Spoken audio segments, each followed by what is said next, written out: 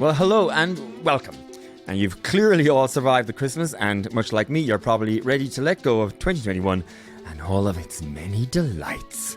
But remember, it did bring you moi and the Panti Personals and my intimate tete-a-tetes with some beauts like Brezzy, Brona Gallagher, Danny Larkin, Ye Vagabonds, Elaine May, to name drop just a few. And if New Year's Eve doesn't deliver COVID-safe company, you can happily listen back to them all and ease yourself safely into January 1st.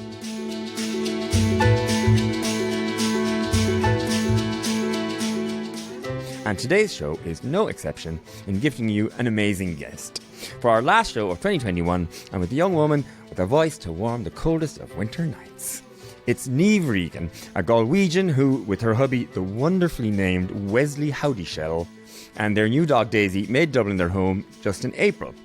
Niamh was lucky enough to have just finished her big tour before variant omnipresent closed gigs down again, and Niamh's been riding high on acclaim since the release of her curiously named album Hemet late last year, one of the few joys to greet us in the pandemic. Niamh, hi. Hello, how are things? We'll have to get your Daisy and my Penny together. Although, like you, I added an animal to the menagerie. Okay. During the pandemic. I added a cat to the dog during the pandemic. Oh, how did that go? Great. Yeah? Oh, the dynamic Penny is the working? dog is just very nonplussed by everything. Okay. She's not really interested in anybody or anything. Okay. Small dog, big dog? 14-year-old Jack Russell. Okay, so has its own personality, attitude. Very yeah, much. very nice. Yes. And deserves to at 14. Yes. And the cat is young and Full of life. delightfully stupid. Like the cat's amazing. Sounds like a good mix. Yeah, no, they're good. Great. Daisy is... Daisy is a question mark, a mixture of everything. A little beautiful mongrel. Maybe a Chihuahua, maybe a Jack Russell. It's a delightful mix. But when we were getting the vaccines and stuff for her, we wrote down confidently Chihuahua, and the vet was like, I don't know. So, but she's perfect, whatever she is. She's been great. She's been great company. So we got her in July, and we kind of knew we were going to do the move to Dublin anyway, but we were living with my father at the time. Yeah. So it was that kind of transition of like we were going to be heading away after being quite a unit during the lockdown. It was intense, and we always had a sheepdog, but the sheepdog is respected for, outdoors, working dog. Well, Daisy kind of just slotted in on the couch and made her own space, a real companion kind of thing. Because you're from a farming family in Galway. I am, yeah. And I'm from a vet's family in Mayo. I totally get it.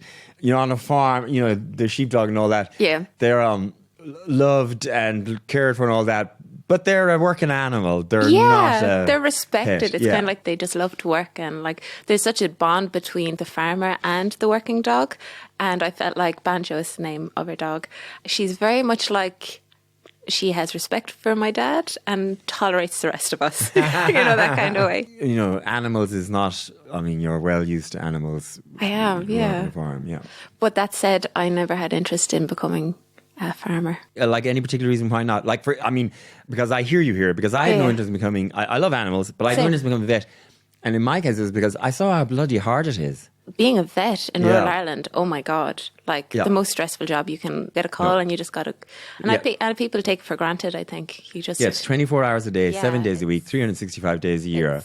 It must be hard for a family as well. Like, we're both vets, like, or was No, it just your dad? My dad was a vet and my mum was what they would call a stay-at-home mother nowadays, but also one of those people involved in everything. So my mum was always going off to meetings about things in the evening, or whatever. But dad was out of the house, you just never know, hours a day, So you just really saw up close how hard that kind of so demanding, life is. So I had no illusions. I couldn't hack that kind of... There's just not enough support or people doing it, to spread. You're just spread too thin, I guess. But I saw, we grew up on a sheep farm and we had beef as well at the time. That kind of faded out with life, and now it's just sheep, predominantly sheep. But, you never think twice about ringing the vet at 3 a.m. Something, you know what I mean? And you just have one brother, right? One brother. So that's two. Yeah, the two of us. Did he follow up in the no, he's in Boston. And I don't think it broke my dad's heart, that idea of like, oh, everyone has to live their own. Yep. There was never pressure there, thankfully. Has the farm been in the family for a long time, or? No, actually. My uncle got the home farm, and my dad went to New York when he was younger with my mum and just lived their lives. And then they were like, oh, do you know what? We might have kids. And then he was like, God, I grew up farming. And he did it himself. And it's funny because it's connecting to the home farm that he grew up on. It's next door. It's interesting. So it's lovely, Yeah. But that said, like, geez, I hope it's just a small farm. My dad would call it a hobby farm, that way. Yeah. Definitely not this big, it didn't take over our lives. I grew up, obviously, Mayo farms, and, they're all small and quite hodgepodge, and certainly in the hodgepodge 70s. is a good way. Yeah. And then I remember, my granny lived in County Meath. Okay. I'd go there and... The good land. I couldn't believe the farms. Like, these people are farmers, and farmers seemed rich in County Meath, and they certainly did not seem rich in County Mayo, They were wearing tweed. So if I picture, young you growing up in the farm, and I've decided you're strolling, by the sheep with a guitar in your hand, and you're playing the tin whistle from 2 years old, and is that the way it was, or is it off the mark? Fair assumption. I was pretty much always playing music the whole time. I didn't do guitar until I was a bit older, but yeah, I have tunnel vision, I think, is probably the way I've always just been playing music, and that was always what I wanted to do. I grew up with a lot of camogie players, and hurling was very important where I came from, and I just was useless at it, and I was like, oh God, I better concentrate on something that will excuse me not making minor. The village is called Kilrickle. Kilrickle, yeah. Kilrickle, yeah. Which is actually an adorable sounding name, and I feel like it actually does sound cute when you say it, doesn't it? I feel like it should be in a book, But you were the fla baby. Yeah, I loved competition. Like, my mum was a fla baby too, and it just it all, you just copy whatever. It was a musical family. Yeah, for sure. My dad can't play, but he loves music. He loved it and respected music so much. Yeah, I just grew up with music. And but were you growing up with trad music, folk music, a bit of everything? Trad, bit of everything from my dad. Like, he listened to everything that was going, but my mum was a great accordion player and a great singer, like really, really beautiful, like effortlessly, like it just came to her.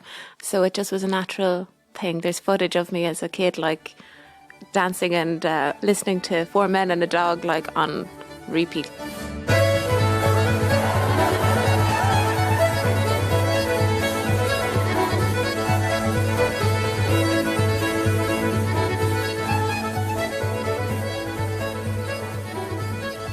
Like a bit intense. Like, I was like, why is this footage an hour long? Like, why are you recording? Just like one leg up in the air dancing like it just always just drew me in, and I'm just really fortunate to still get the kick out of it that I did when I was a kid.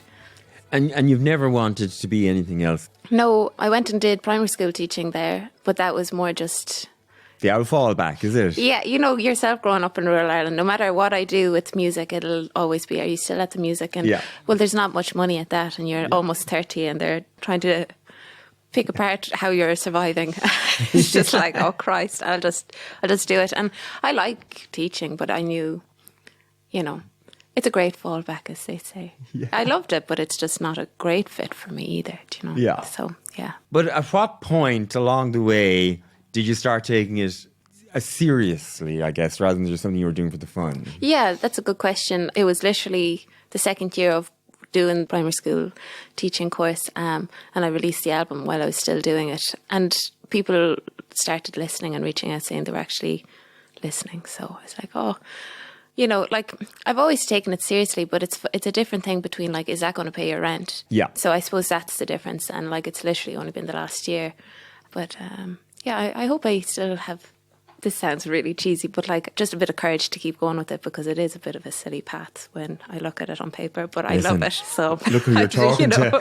Like, yeah, you have to do the things that you want to do. And yeah, life is short. Yeah, roll the dice. Yeah. Continuously rolling the dice. Yeah, like, this time will be fine. Yeah. But were you the nerdy teenager in your bedroom with a guitar writing songs about your broken heart and the fella you saw at Supermax or whatever?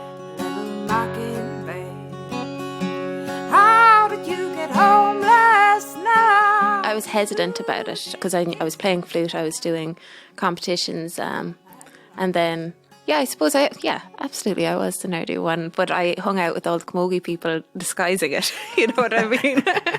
Like so many, it turns out, of the musicians we have in here, Glenn Hansard, was one of your, I don't know, roots to absolutely, yeah. He'd have been a big influence just growing up listening to somebody doing what you want to do. Dress me in white. Oh, I've seen some things I never see again. I think there's loads of people that sparked it for me. I think the Frames was more what I like. Was like, Jesus, like the whole full band, but it was rooted in songwriting, just that kind of presentation. Yeah, there's just too many to name of who influenced or did that spark. But it was only recently I was trying to be honest with myself because, with sometimes interviews they're like, oh, why are you here? And I was like, I'm here because of like Busted and Avril Lavigne and like just the things that like, of course, like what your parents are listening to, of course that influences you. And like, I honestly think you can't take away from whatever those pop hits or what you hear on the radio. So I have a lot to be thankful for those things and being indulged. True. Yeah.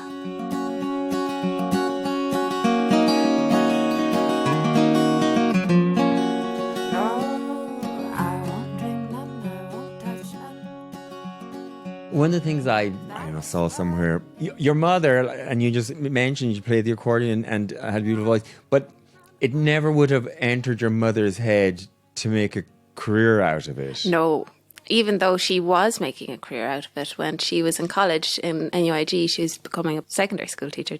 Her and her brother and two other lads were in a band called Folklore, and they were just the resident band in the King's Head, paying her fees. Do you know what I mean? Like literally paying her rent and fees off music, but she never considered herself a working musician in the sense because she was singing other people's songs or just going with the flow. And it never would have entered your mother's mind to write a song. No. And like when I started doing it, she was like a little bit, that's a bit, it wasn't that she didn't encourage it, but it was out of her, like, why would you be doing that? Like focus on what's already there and be really good at that. And then I just kept at it. And she was an English teacher, her languages. And then she's like, actually, no, this is a great exercise for you to be able to get out what you want to say, even if no one's listening. And I really took that. It was just great, You feel like when you sing a song, even if no one's listening, you get to tell the world what's going on. Even if they're just like, oh, whatever. That was nice.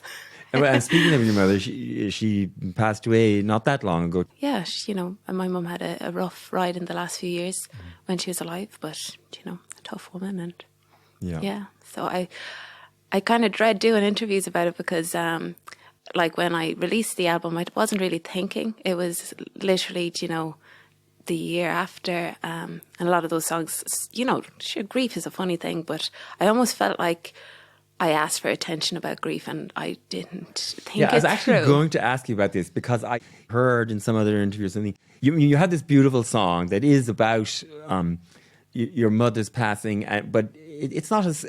It's almost a joyous song in a way because you're saying how lucky you were to know her and so on. But in this interview, you said that you kind of regret ever explaining that was it about. It was about your mother. Yeah. The song's called Freeze Frame for people out there. Yeah. It's beautiful. And a gorgeous performance on the Late Late Show of it too. And I was out walking when I heard two men talking.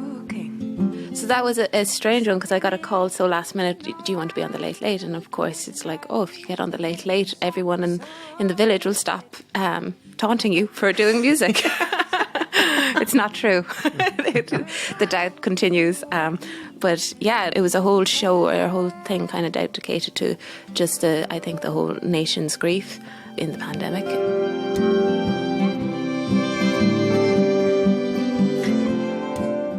Yeah, I don't feel like I am a voice or anything for that. It's a very private thing. And I understood the show. It was like everyone was so alone, so it was good to talk about it. No, I knew it'd be okay, 'cause there's something so exciting to a broken heart. But that sort of Late Late Show thing aside, Yeah. do you still sort of... I mean, you use the word regret, Yeah, I do kind of regret it because it's it's funny because I tear up when it catches me off guard sometimes, and I don't want to do that. But why not?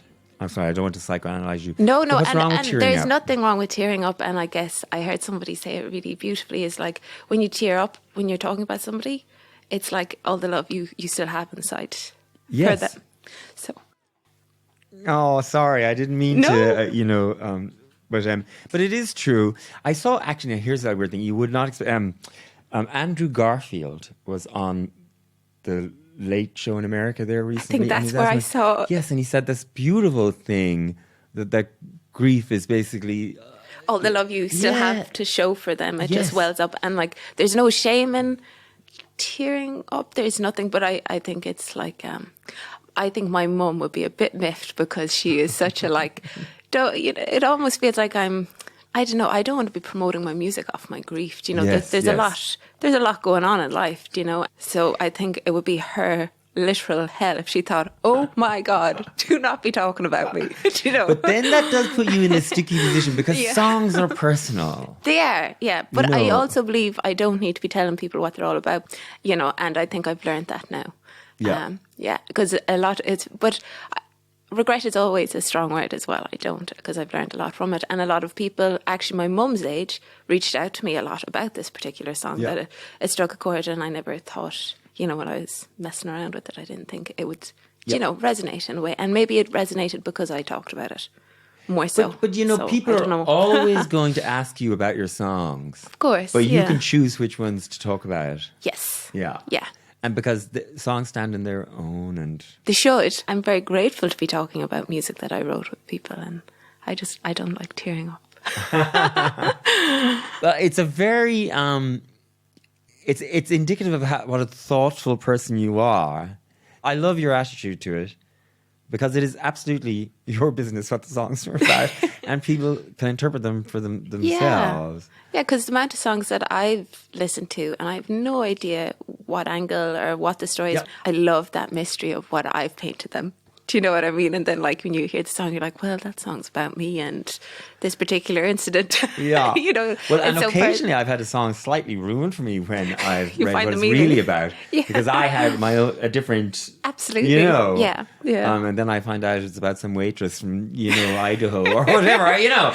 Absolutely. Yeah. I think that the beauty in a lot of art is that kind of thing. It's there for the taking for whoever's listening or looking or feeling it. So, yeah. So, a couple of years ago, Yep. not only did you remember that, but you also met your now husband, and there's a kind of a funny little story about that too. Tell us about how you did meet him. So Wesley's from California, and he's a songwriter, and he wanted to come to Ireland and play a few shows, and in that bold Californian brazen way, he messaged every artist under the sun in Ireland asking for supports or slots or any sort of like, how do I do this? I want to hustle. And I wouldn't have that much traction on my page. So like anyone that would message me, I'd be like, absolutely, reply.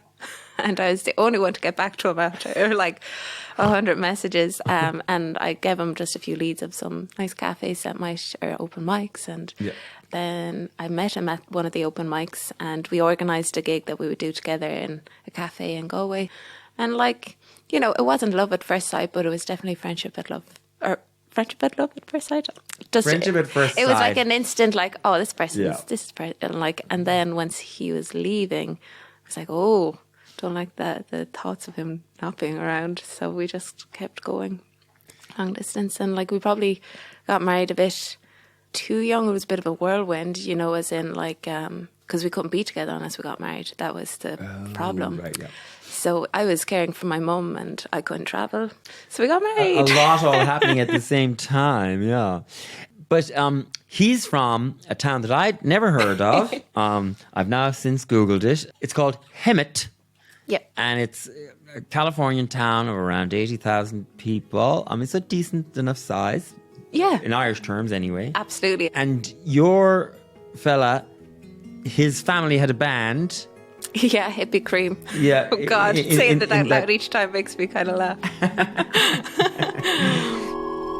All the things that never were, just around the corner of your mind.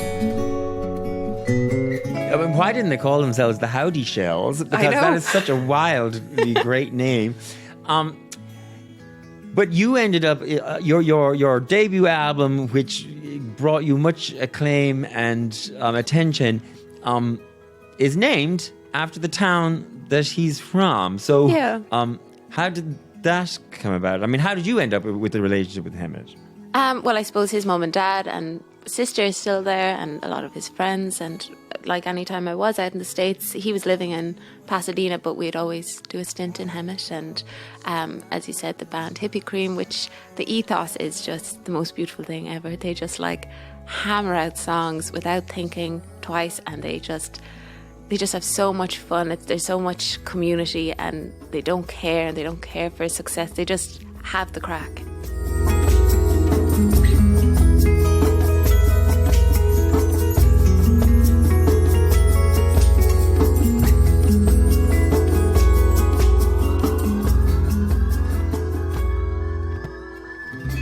And like his dad's also a songwriter who just writes songs for himself. No big deal, just loves it. Which was bonkers to me because I felt like I was the only one writing songs in Kilrickle until I came to Dublin. So it was lovely to fall into a nest of people who just, that's part of their life and it's no big deal, just enjoy it. So that was nice. And so that's his family. And then we weren't really, I felt like he did a big sacrifice for me to be with my family. And so it was nice to kind of just like, hey, just because we're not there now, it doesn't like this is a big part of my life doing the album, but I wanted to kind of be like tip of the cap to them. Oh, that's lovely. Even though it's like calling it Athlone or something, an album Athlone or something. And we didn't overthink it either. We had all the songs ready, done, polished, and I was like, oh, I don't know what to call it. And we're like, let's not overthink it. It is, and it is a good name. Hemet. Everyone asks about it, yeah. And also, you make it all sound so casual, but the little genius little video marketing clip you have for the album, which is very funny and sweet.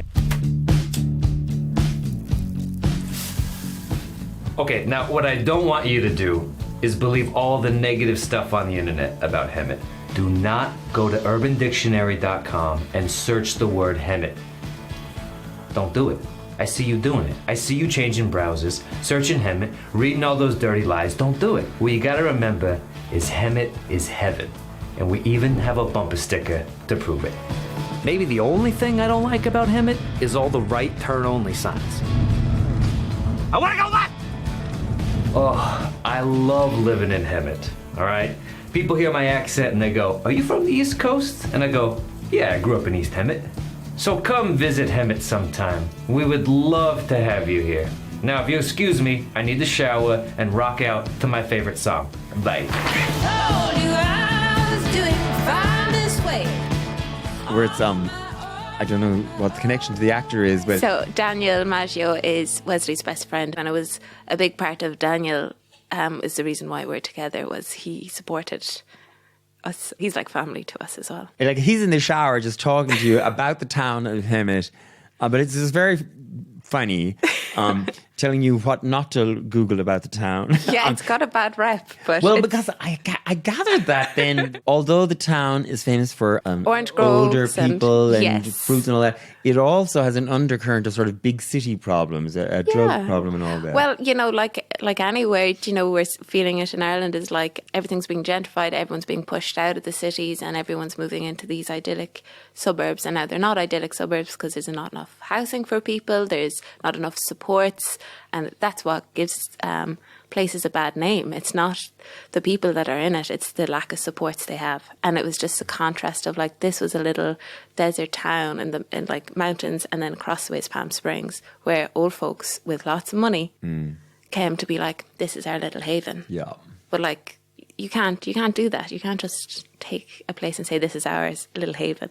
Life keeps happening. It's so beautiful there still, I've been to Palm Springs, but mostly just to get my picture outside of Liberace's gates. Palm Springs, great. Yeah. It's so good, except each time we wound up being in Palm Springs, it was always summertime.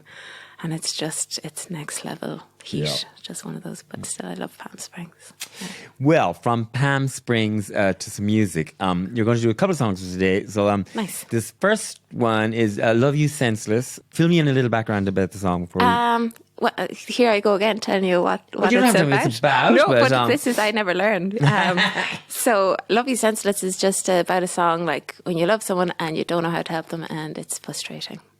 Yes, I mean somebody who's feeling sad or down or whatever, totally. and you're doing your best, but you can't fix it for them. Yeah. But it's a pandemic-written song, and it's going to be on your upcoming new EP. Is that right? That's it. Yeah. It's the EP's called In the Meantime, and I wrote 4 songs that came from a very strange place because it was the pandemic. So that's why I don't want to write a lot of the material for my second album until things feel a little bit clearer. I better sing the song. I was waiting for the guilt to wear off. I walk with the dry mouth and bitter thoughts, 'cause you were in a bad way, bed sheets soaked in sweat. I want you to know this, the flowers never made it, and I never want them despite the good intent. I never called you, but I sent a couple texts, 'cause you were never needed anyone by your bedside. You've got this view to an empty car park. I mean, I love you senseless, I love you blind. Love me through this to make it worth your while, 'cause you bad way, I just never noticed. You were in a bad way, I just never noticed.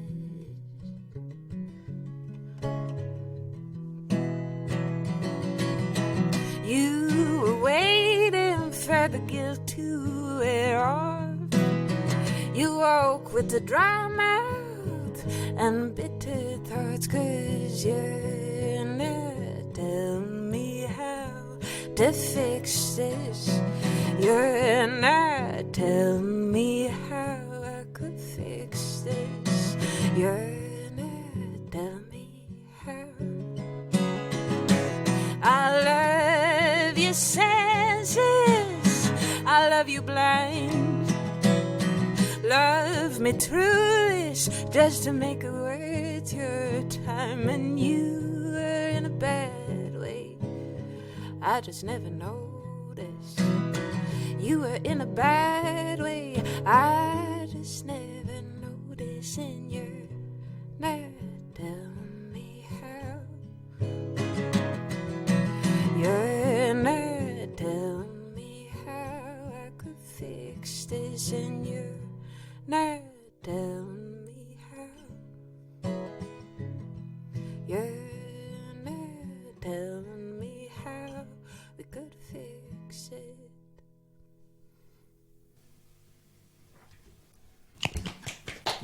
Gorgeous. So you moved to Dublin in April. Yes.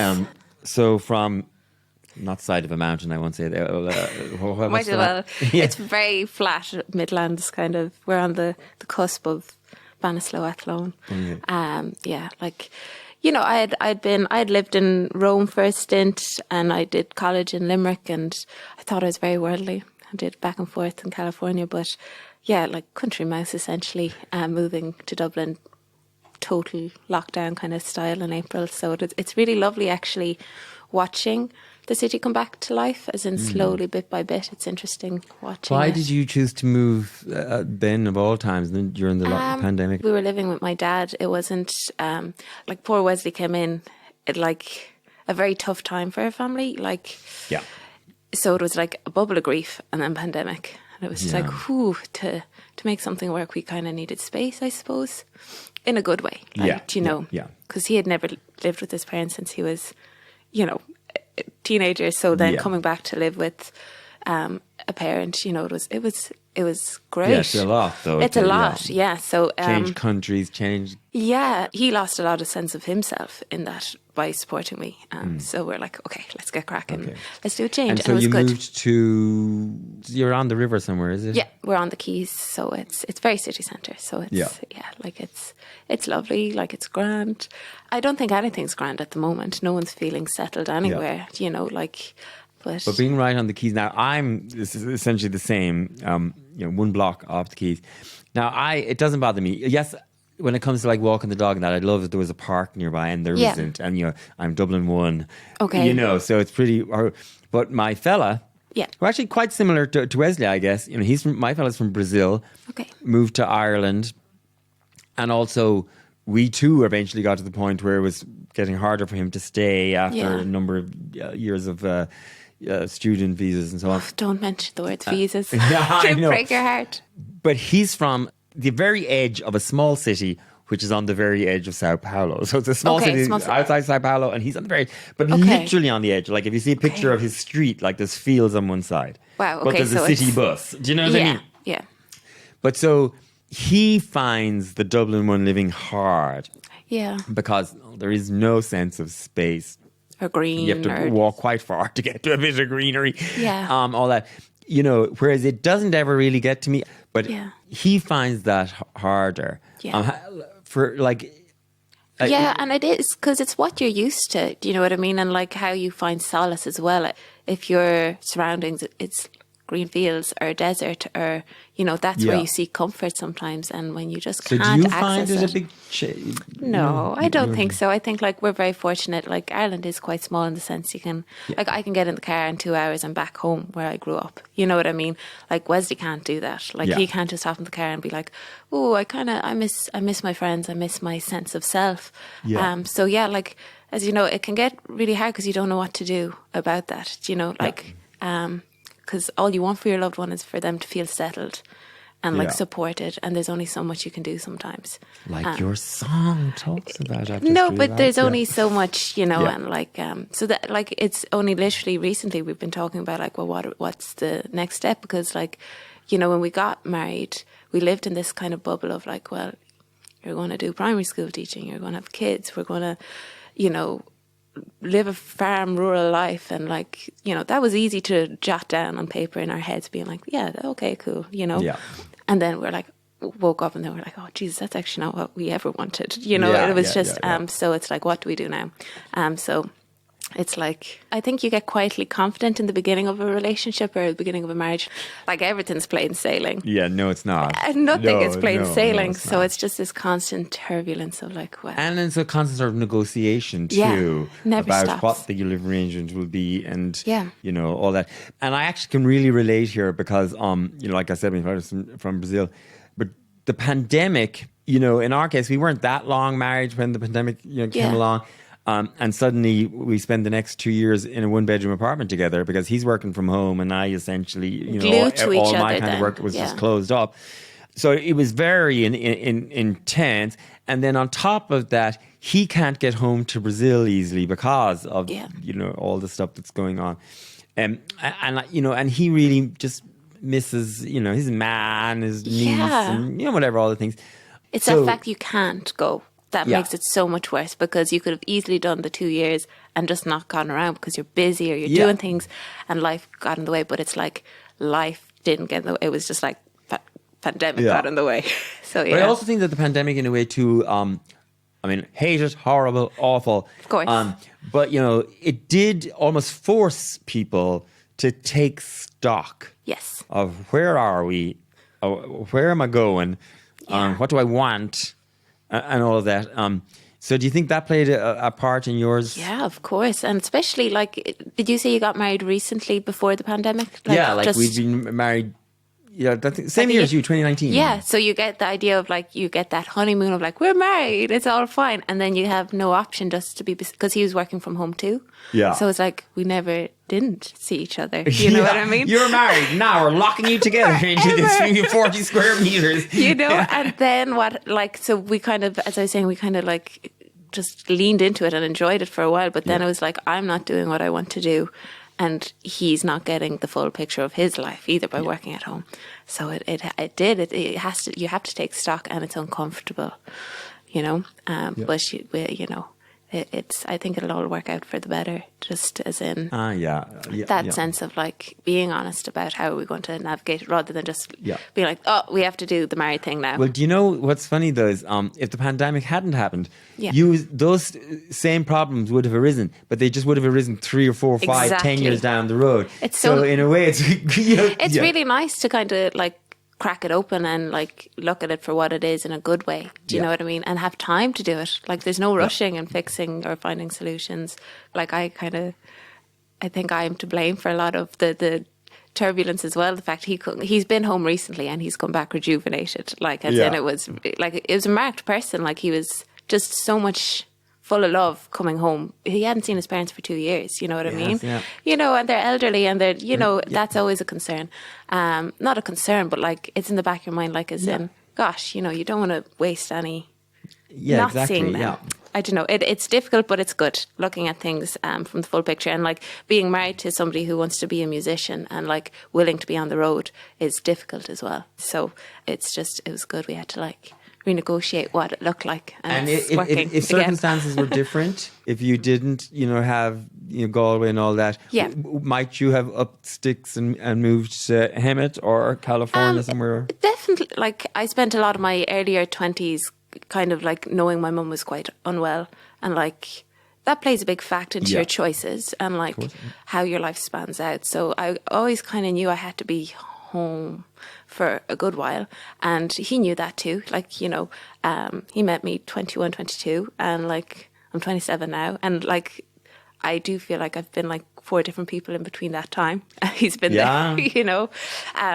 It's crazy what a year can do in how you look at the world. And well, sometimes the world forces you to be another person for a while. Carer or so on. Like I think everything happens the way it's meant to. I fully believe that. So yeah. Well, you're going to do another song for us. Now, we had a couple of choices there, and one of them, of course, was Freeze Framed, the song we spoke about earlier. Yeah. But let's not in the context of this conversation, because the other song that was you were talking about possibly doing is Happy Again. Will I do Happy Again? Yeah, if you're like, I'm delighted to do either one. I love singing Freeze Frame. Like I really enjoy it. I think what I don't enjoy is like how I can't seem to manage myself talking about it still. Like, you know what I mean? It's a but funny then again, one. You don't have to manage yourself talking about it. Exactly. But I think I'm a private person, but then I find myself just talking non-stop about myself. It's like a Leo thing or something. So will I do... Let's do Happy Again Happy then. Again, okay. Yeah.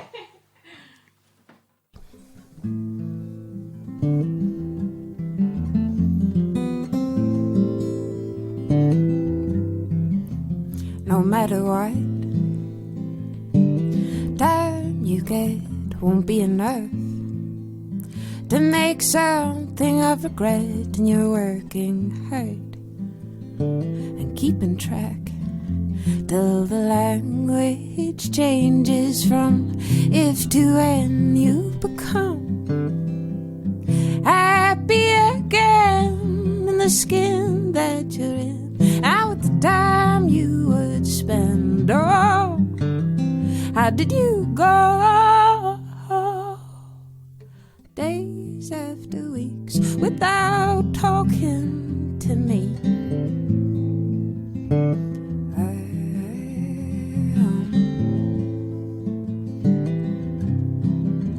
No matter what, you've been working hard and you're never home and not sleeping well.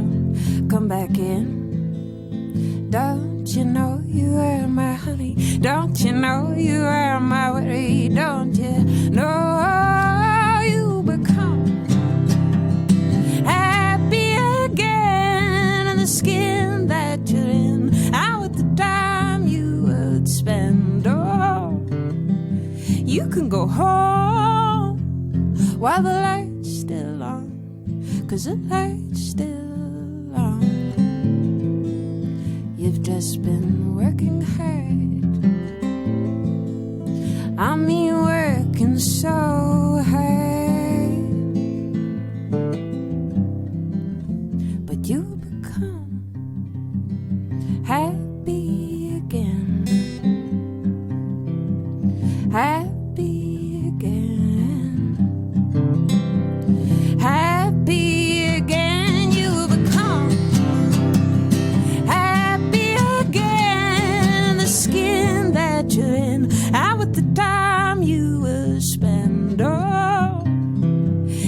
go home, 'cause the light's still on. I mean, the light's still on.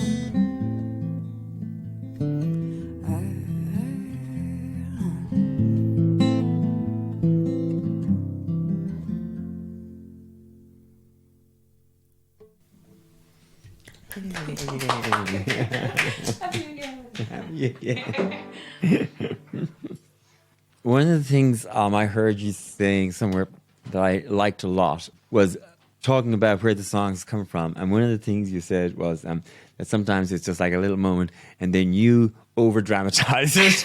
I mean, your songs aren't all autobiographical or anything. No. Which also made me laugh. You told a story and something about where you sang a song about kids and afterwards a woman comes up to you afterwards and asks you about your kids. And you say, I don't have any kids. But so is that where most of your songs come? It's just some little moment. Yeah, and it's then... like a little seed or like, yeah, it definitely is. There could be one sentence in the song that is actually relevant or maybe I like, yeah, that's about me, maybe. Yeah. But like the rest of it is all just...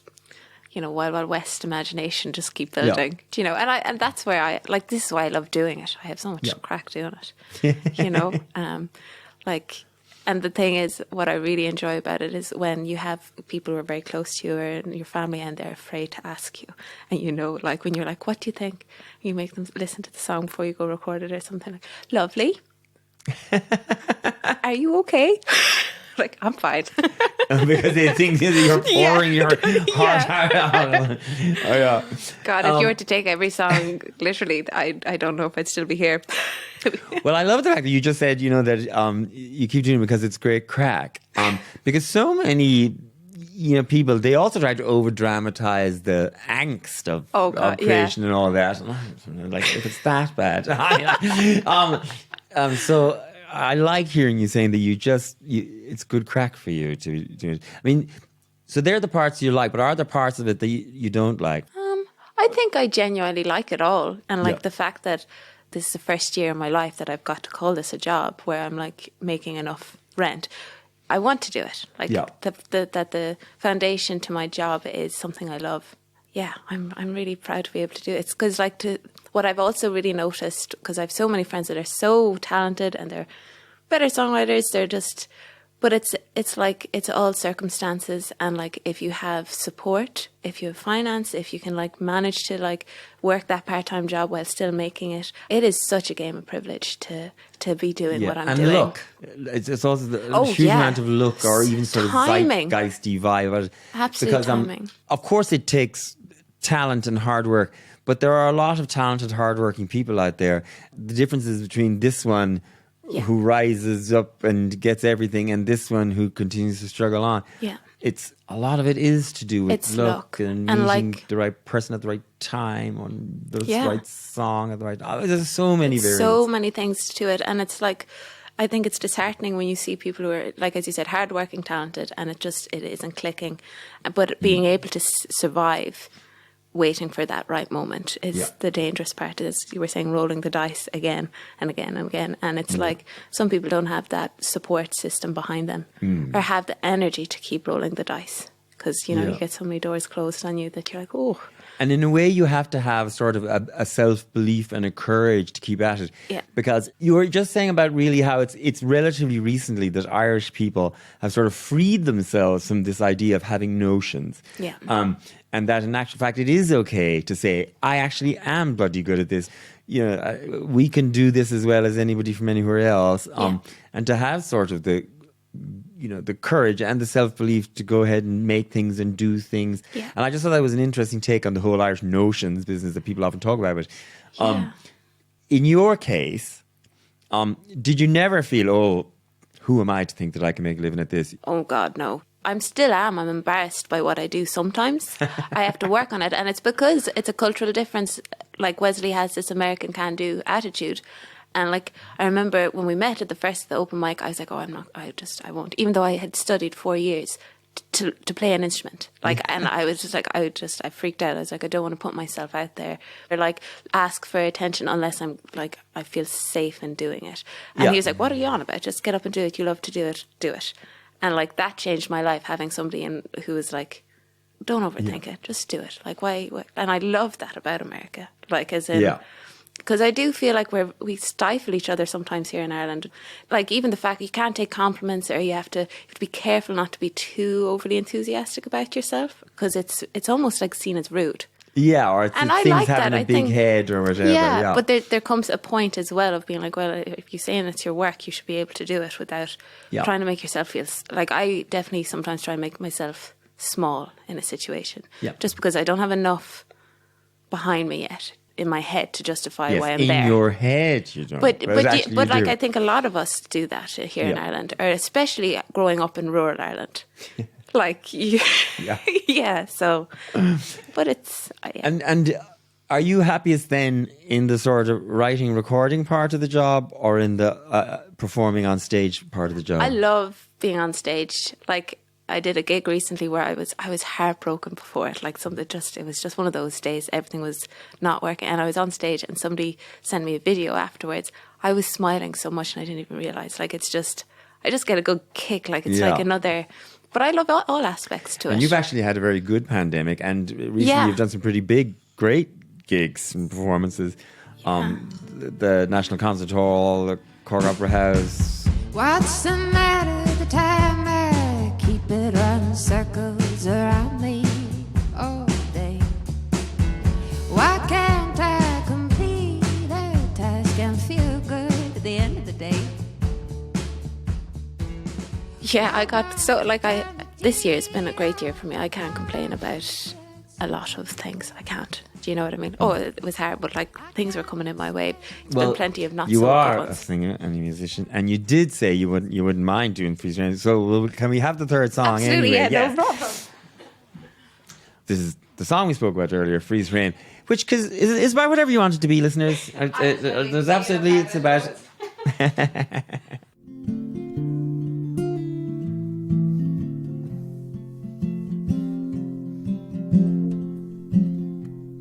I was out walking when I heard two men talking.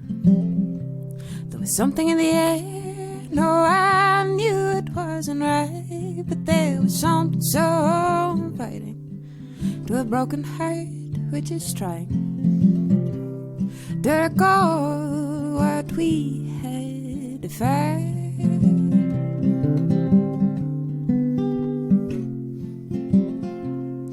I was out walking when I heard your voice talking.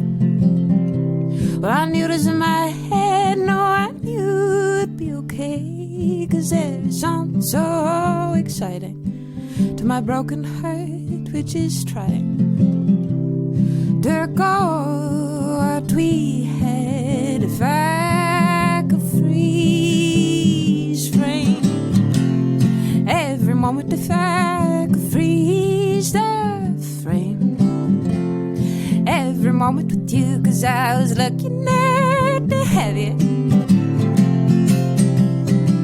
and I was lucky enough to have known you. I was lucky enough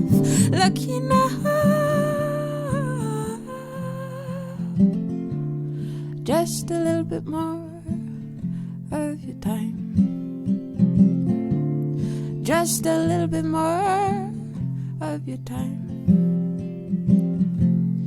I will surely be fine.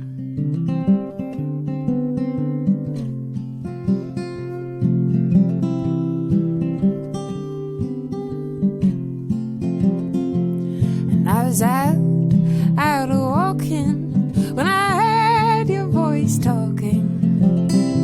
Well, I knew it was in my head, no, I knew it'd be okay, 'cause there's something so inviting to a broken heart which is trying to recall what we had if I could freeze frame every moment, if I could freeze the frame every moment with you, 'cause I was lucky enough to have you, and I was lucky enough to have known you.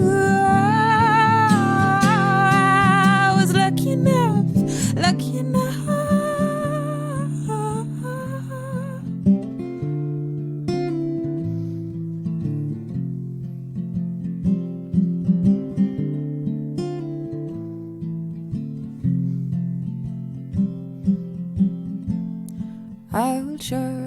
be fine.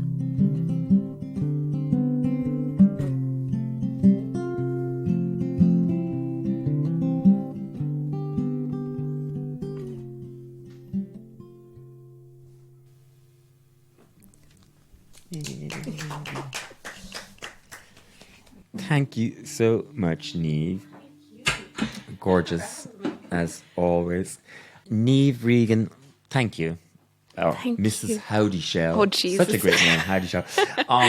Thanks for being here. Thank you. Thank you Thank for you for being having in me. our end of year parlour.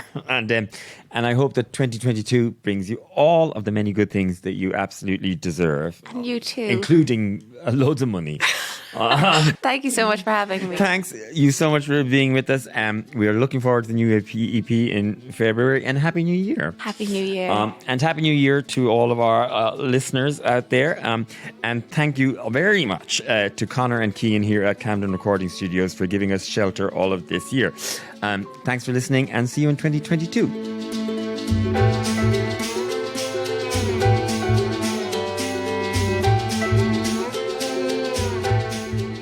Thank you. Done. Thank you for having me. Whew. You went on a roller coaster today. Sorry. No, it's good.